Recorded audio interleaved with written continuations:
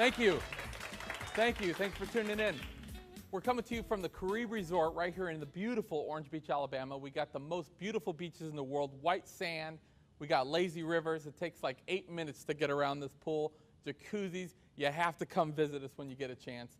And you have to come, especially if you're an entrepreneur that's out there in the business world every day. You got to come relax with us at the Carib. You know, a lot of times in business, it can seem kind of like a battle, like an uphill battle. Sometimes may even seem like a war. And today we're going to talk to a professional warrior. This person is a world famous kickboxer, karate. He's been inducted in the Hall of Fame numerous times. And he's going to show us the real mindset we need to be a champion. Not only a champion physically, but a champion in our business and personal lives. We'll be right back. Don't go anywhere. Thank you. Thank you.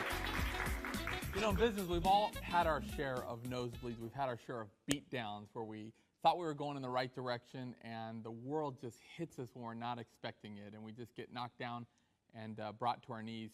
And my guest today is Sisco the Motivator. This man has one of the most amazing stories I've ever heard, and you know, he knows what it's like to have to get back up. He's one of those people. I was teaching a class a while back on Da Vinci and how this person in 67 years could live like 10 lives.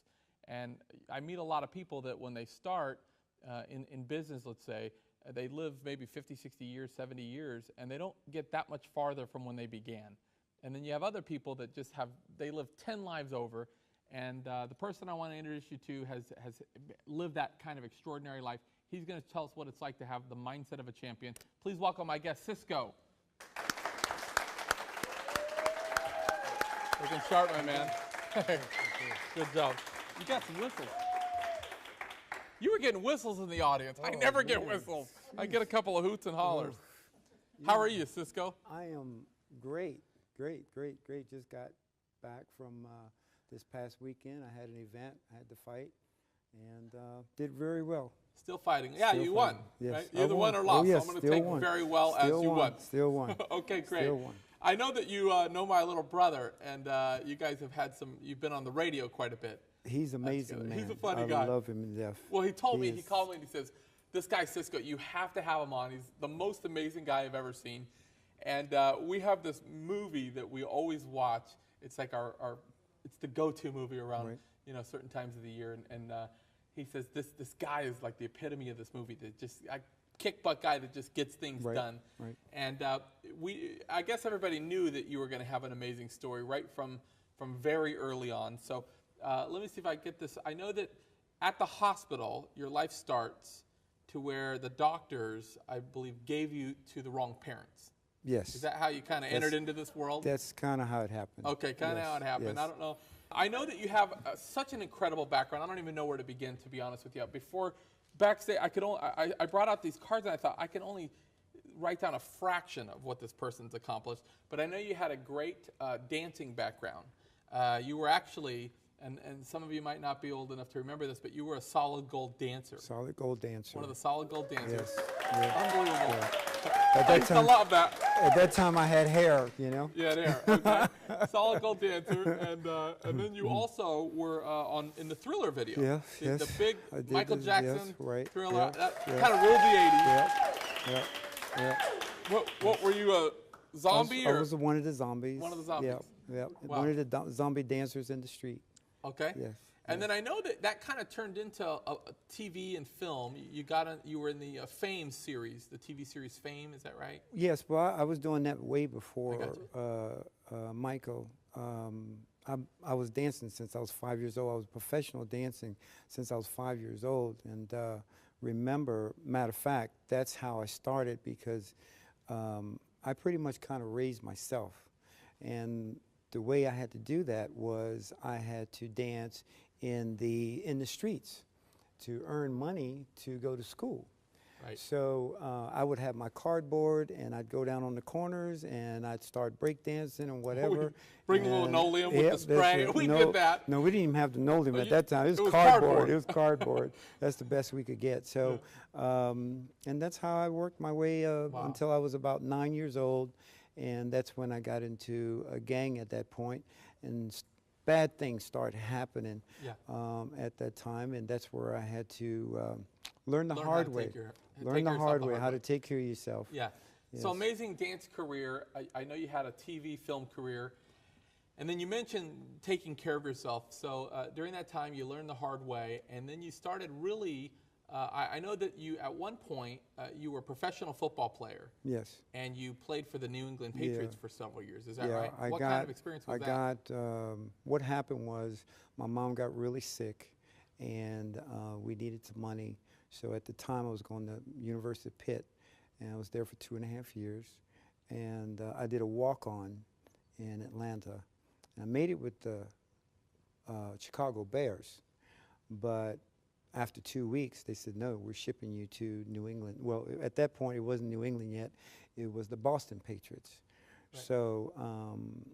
So I went to Boston Patriots, and I was the punt return man. They needed a fast man, so I went to Boston and was a punt return man. Yes. So was it kind of like, how did you decide football? I mean, it's like, okay, we need money right now. Most people would say, son, you got to go out and work at McDonald's. You're like a little bit bigger aspirations. Yeah, I can play football. Let's go see what those Chicago Bears are doing. The Bears are doing. Well, the thing was, all through my young career, they said I was a born athlete. I could play volleyball, baseball, I pitched.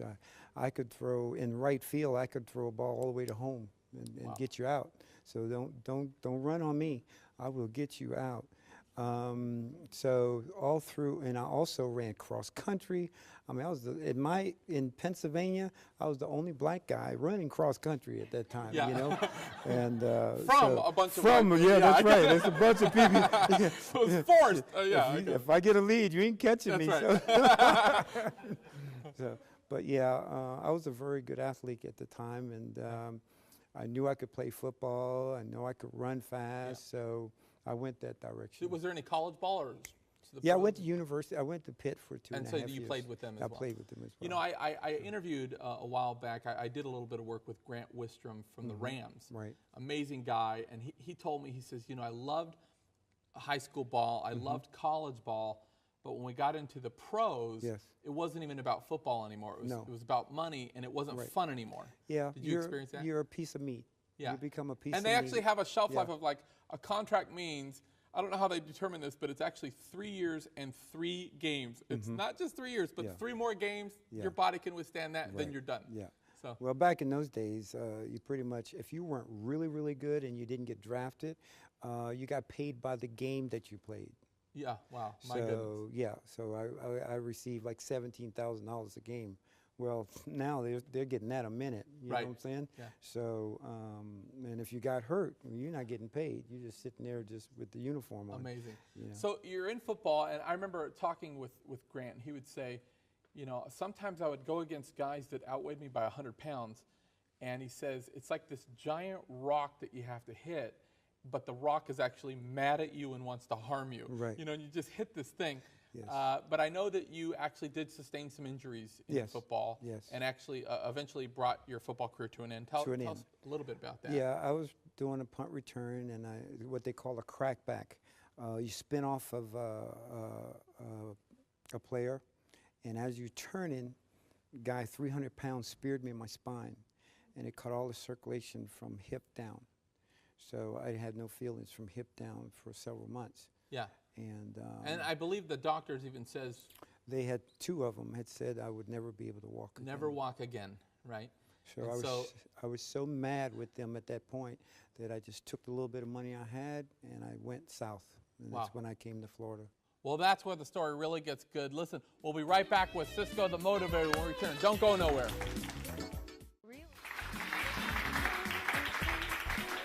Thank you. Thanks for sticking with us. Thanks for sticking with us. I'm here with James Sisco, Sisco the Motivator, and he has many names. We were discussing during the break. You actually go by several names. Is that correct? Several names I have. My fighting name is the Golden Fist, or Puño de Hierro.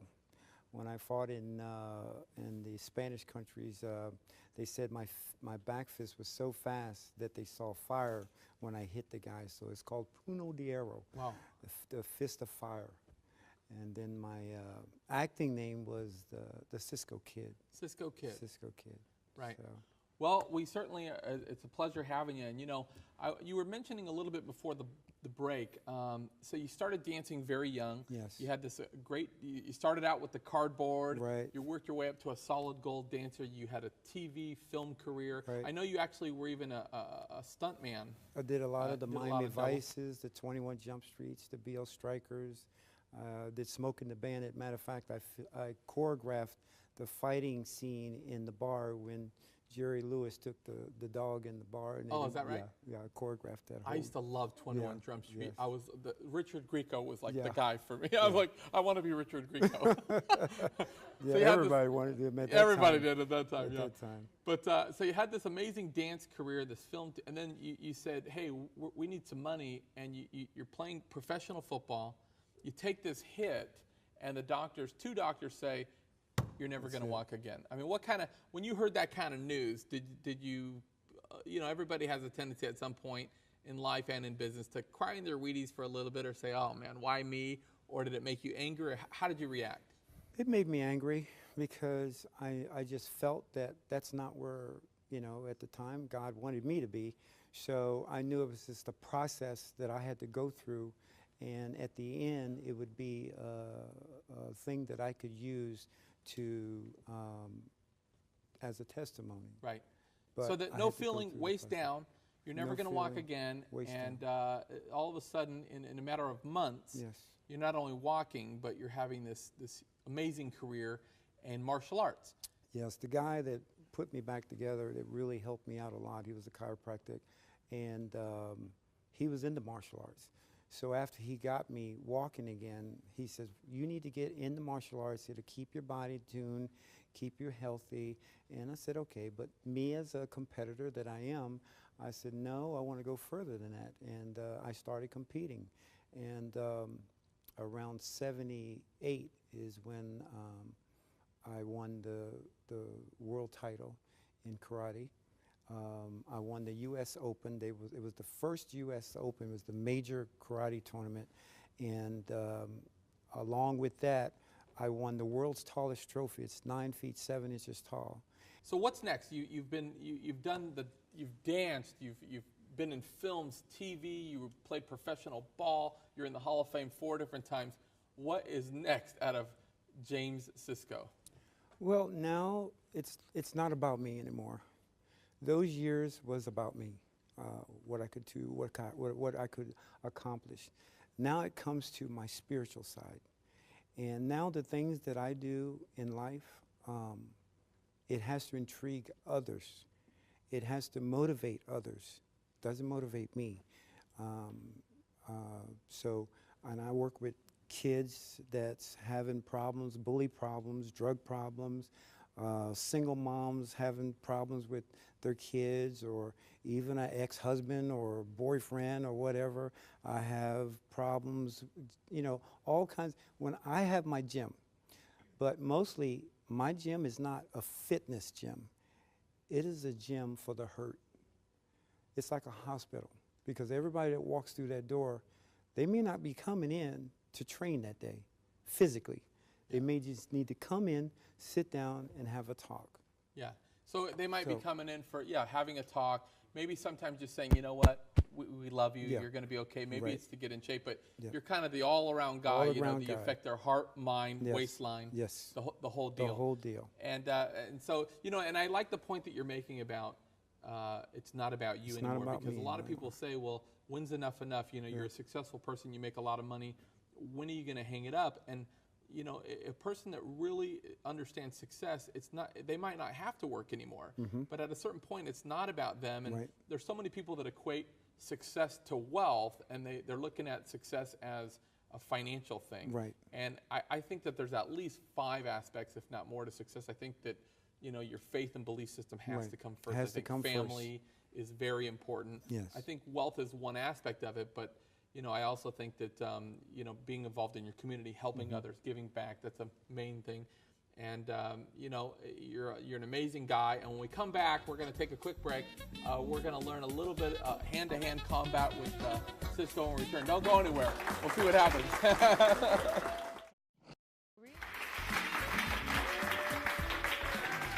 Thank you. Thank you. I'm here with James Golden Fist Sisco, and we were talking before the break about why you're still out there. You know, you're still fighting, you're still helping a lot of people, you're doing all kinds of things, and certainly have had an amazing story this far. But again, I think that the message now has changed to, instead of accomplishing these things for you, you're doing it to help others now. Right. You're kind of mentoring, passing on things that you've learned over your amazing life. Yes. And so if there's people out there right now that are watching and they're saying, you know, they need a boost. They've had life knock them around a little bit. They're looking for some motivation. Do you have any advice to give them? Well, the only advice that I have is find out where you go back and you find out where you've come from and where you want to go. And when you decide where you want to go, then all you have to do is take one step forward and keep moving forward. Don't look back, because if you look back, then you're going to start all over again. You got to start all over again. So it's like a car being in mud. We get it here, and then all of a sudden you take your hands away from it. What happens? The car rolls back into the hole again. So once you get that car going, you get that motion going, just keep going forward. Do not look back. Yeah. And you know, you mentioned to know where you're going. I know a really good friend of mine was pretty famous for saying, you know, that if you don't know where you're going, any road will get you there. Yeah. So you can't really know what direction to go or even what action to take unless you really know what you want out of life. You got to know that very clearly. Now, Body by Vi, and I know also you're doing stuff with Mighty Warrior Academy. Tell us a little bit about those. Well, what happened was Mighty Warriors came one night, and woke me up, really. And I've had gyms all over all my life, and for 40 years now. And this one that I wanted to open now, I wanted it to be a little bit different. I always had the Motivator, but that was me. So now I wanted the gym to represent itself, where people could come to that gym and feel at home and feel motivated and know that when you say, I'm part of the Mighty Warriors, you're not just speaking of a name of a building, but God woke me up and gave me that name, and the Mighty Warriors are in the Bible. So the Mighty Warriors does not just mean a warrior of fight, but it means a warrior of anything that you're accomplishing or you're going through. You can go through anything if you really, but you got to put the fight into it. And so as being a fighter, prize fighter, I've learned a long time ago, it's not just about being a prize fighter. It's anybody has a fight, whether you're trying to be a professional entrepreneur or you just want to just get through life, you know? Yeah, So there's definitely a fight. Yes, Business world, fight. personal, family life. It's all a struggle these days. Now, Body by Vi. Yes. Tell us a little bit about that. Well, I was born with high blood pressure, and so that's one of the things that I've been fighting all my life. So, and they've been trying to put me on medicines, and I don't want to take the medicines. So the only thing that I can do is keep working out. So when I had this young man come up to me and says, look, I want you to try this product. I think it's going to help you. He had no idea that it was going to help my high blood pressure. And so I got on the product. Not only, the first thing that happened was everybody said, when do you sleep? Because you're always doing stuff. I says, I'll sleep when the Lord calls me. But when I started taking the product, I started sleeping. The other thing was I started feeling better. I got more energy. The other thing was I was 34 pounds. I was like 217 pounds. Yeah, I was 217 when I started. Now I'm down to 185. I'm telling you, it works. Well, so yeah, well, you know, all you had to say is The Rock, Roy Jones Jr. I saw him a while back without his shirt on. If I can have abs like that, I'm in. I'm willing to try it for sure. And you know, on the business point, and I know we're going to actually do a little bit. I want to learn something before I leave today. I can't let you be here without learning one thing that I can use on my little brother. But you know, the business. What kind of regiment program do you follow still? You seem like you're still in pretty good shape. You're still out there. Well, most people are not going to do what I do, but I wake up 3 o'clock every morning, and I run 8 miles. 8 miles a day. One thing when I look at you and when I talk to you, that really comes to my mind that I think a lot of entrepreneurs are lacking. The big thing that really comes to me is discipline. Yes. And you know, I talk about in one of our seminars how most things stem from the lack of discipline or a lack of trust. Right. That trust could be in other people or it could be in yourself. And you know, I'll coach people all the time where we sit down and they say, you know, I have money problems, I have this problem, I have that problem. And I mean, just really emotional stories where they tell me the whole thing. And what I'm trying to read in my head, I'm trying to see, does she have a problem with trust or discipline? Because money's never the problem. You know, when there's problems in the family, one sure siren that will go off is in the checkbook. Hey, we got problems. But it's never the problem. It's a result of, you know, usually a lack of trust in ourselves or discipline.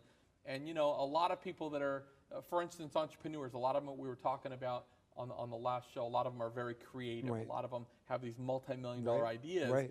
And but they lack discipline to maybe manage the money. So they know how to go out there and be these rainmakers, connect these big things, generate a lot of money.